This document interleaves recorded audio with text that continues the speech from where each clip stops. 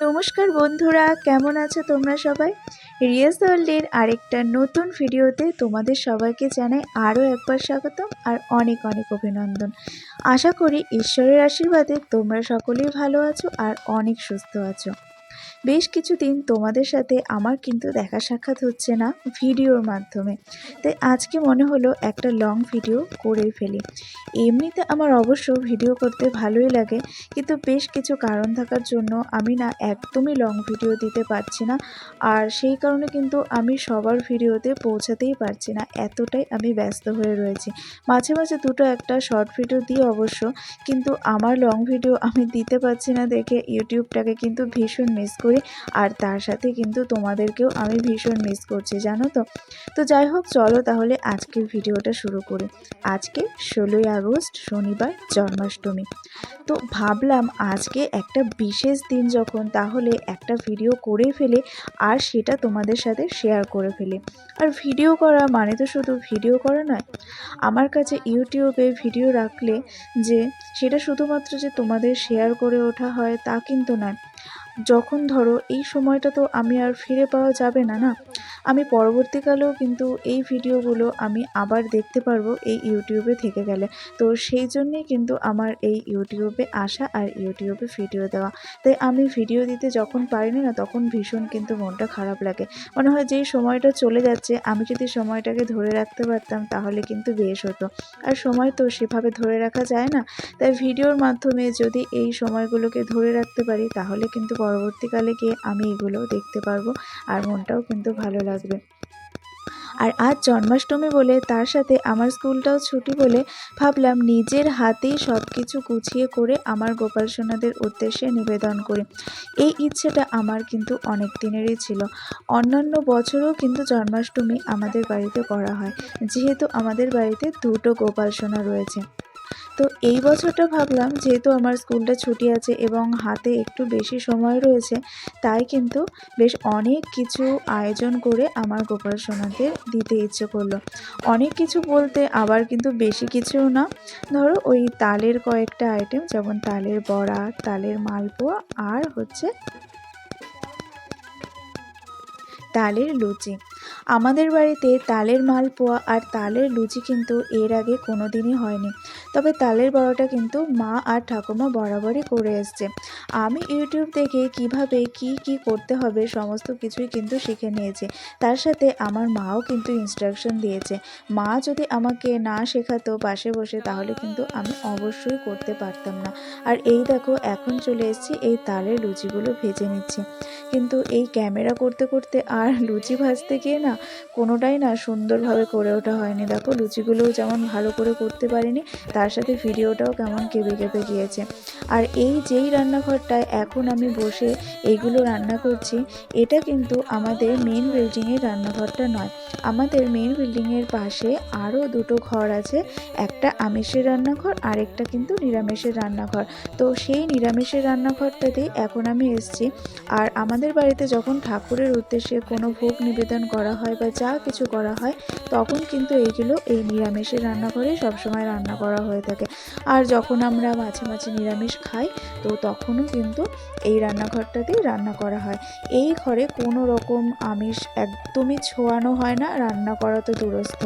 আর ভবিষ্যতেও কিন্তু কোনো দিনও করা হবে না।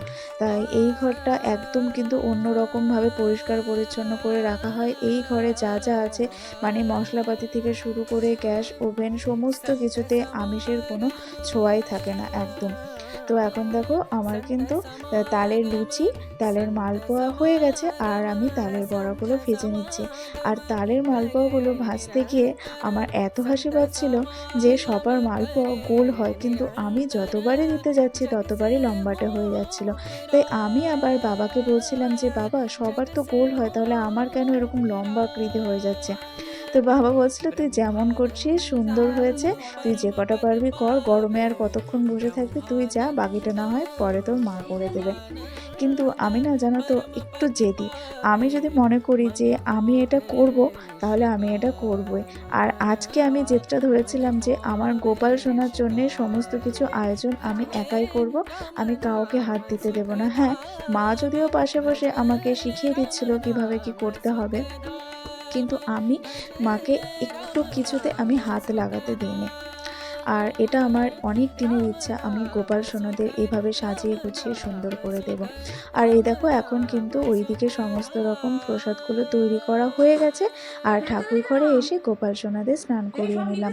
আর আমার ঠাকুমা বলেন যে এই গোপাল সোনাদের স্নান করানোর সময় স্নানের যে জলটা তৈরি করা হয়, অর্থাৎ দুধ, ঘি, মধু, দই, চিনি সমস্ত রকম উপকরণ দিয়ে যে স্নানের জলটা তৈরি করা হয়, সেটা যখন গোপাল সোনাদের মাথায় ঢালা হয় তখন নাকি গোপাল সোনা তার ছোট্ট জিভটা বের করে একটুখানি চেখে নেয়। তাই আমি আজকে যখন গোপাল সোনার জন্য এই স্নানের জলটা তৈরি করছিলাম, তখন কিন্তু সেই উপকরণগুলো একটু বেশি বেশি করেই দিয়েছি, যাতে গোপাল সোনা বেশ ভালো করে সেটা চেখে নিতে পারে। আর সুন্দর করে সাজিয়ে দেওয়ার মাধ্যমে না মনের মধ্যে একটা অন্যতম পরিতৃপ্তি আর শান্তি পাচ্ছিলাম। আর দেখবে যখন মন থেকে কোনো কিছু চাওয়া হয় আর সেটা যখন বাস্তবে রূপ পায়, তখন কিন্তু মনের একটা অন্যতম আনন্দই আসে। আর আমি আজকে ঠিক যেভাবে যেভাবে চেয়েছিলাম গোপাল সোনাদের সমস্ত কিছু সাজিয়ে গুছিয়ে দিতে, আমি কিন্তু সেটুকু করতে পেরেছি। যদিও প্রথমবার কিন্তু আমি এগুলো সমস্তই নিজের হাতে তৈরি করলাম, তবু যতটা পেরেছি আমি ভালো করে সুন্দর করে করার চেষ্টা করেছি। যদি হয়তো এর পরের বার যখন করব তখন এর থেকে হয়তো আরও কিছুটা ভালো করে করতে পারবো। আর বাজার থেকে কিন্তু একটা এগলেস কেক নিয়ে এসেছিলাম, তার সাথে একটা ক্যাডবেরিও দিয়েছিলাম আমার ছোট্ট 2 গোপাল সোনার জন্য। আর এখন গোপাল সোনাদের চন্দন পরিয়ে দিলাম। আর গোপাল সোনাদের এই মাখনটা দিতে আমি কিন্তু প্রথমে ভুলে গিয়েছিলাম, পরে মনে পড়লো যে না, ওটা তো ফ্রিজে রয়ে গেছে, তাড়াতাড়ি করে গিয়ে এনে কিন্তু আমি সেটা দিয়ে দিয়েছি। এবার সমস্ত প্রসাদের ওপরে তুলসী পাতা দিয়ে দিচ্ছি, এটা কিন্তু বাধ্যতামূলক। তুলসী পাতা দেওয়ার কিন্তু অনেক রকম উপকারও রয়েছে সাথে, কারণ এটা কিন্তু ভীষণ পরিমাণে জীবাণুনাশক। তারপর তো আরও নানান ধরনের গুণাবলী আছে। আজকের দিনে সবাই কিন্তু যতটা সম্ভব চেষ্টা করে গোপাল সোনাদের সাজিয়ে তুলতে, তাই আমিও আমার সাধ্যমতো গোপাল সোনাদের সাজানোর চেষ্টা করেছি। আর সেটা আমি যতটা সম্ভব আমি মন প্রাণ দিয়ে করে তোলার চেষ্টা করেছি।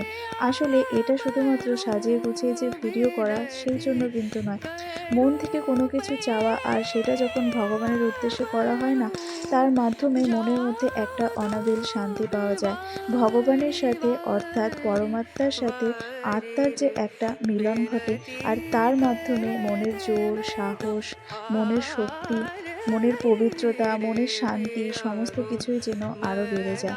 মনটা কিন্তু আরও বেশি পরিমাণে উৎফুল্ল হয়ে ওঠে।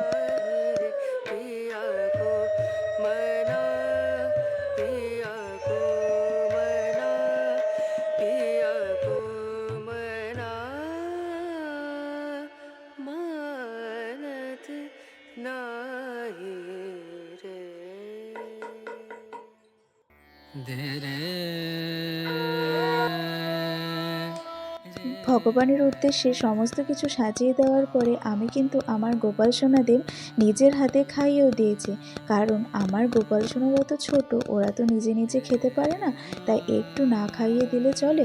তাই ছোট্ট বাচ্চার মতো করে যেমনভাবে আমরা ছোট্ট শিশুদের খাইয়ে দিই, তাদের সেবা যত্ন করি, ঠিক সেরকমভাবে আমরাও কিন্তু আমাদের গোপাল সোনাদের দেখি।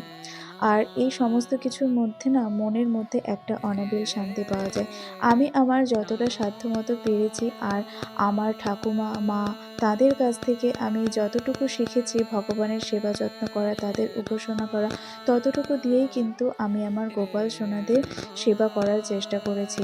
ভগবান সহায় থাকলে আমি পরের বছর আরও সুন্দর করে আমার গোপাল সোনাদের জন্মাষ্টমী পালন করতে পারবো। আর পুজো দিয়ে উঠতে উঠতে আমার কিন্তু বিকেল 5টা বেজে গিয়েছিল। তাহলে আজকের ভিডিওটা আমি এখানেই শেষ করলাম। এতক্ষণ অবধি তোমরা যারা যারা আমার সাথে ছিলে তাদেরকে অসংখ্য ধন্যবাদ। তোমরা এভাবেই আমার সাথে থেকো, তোমরাও ভালো থেকো ভগবানের আশীর্বাদে। ভগবানের আশীর্বাদ যেন তোমাদের সকলের মাথার ওপর বর্ষিত হয়। তাহলে আজকে আমি এখানেই রাখছি। যদি আমার ভিডিওটা ভালো লেগে থাকে, ভিডিওটা একটা লাইক করে দিও, শেয়ার করে দিও, আর আমার চ্যানেলটাকে সাবস্ক্রাইব করে দিও। তাহলে টাটা।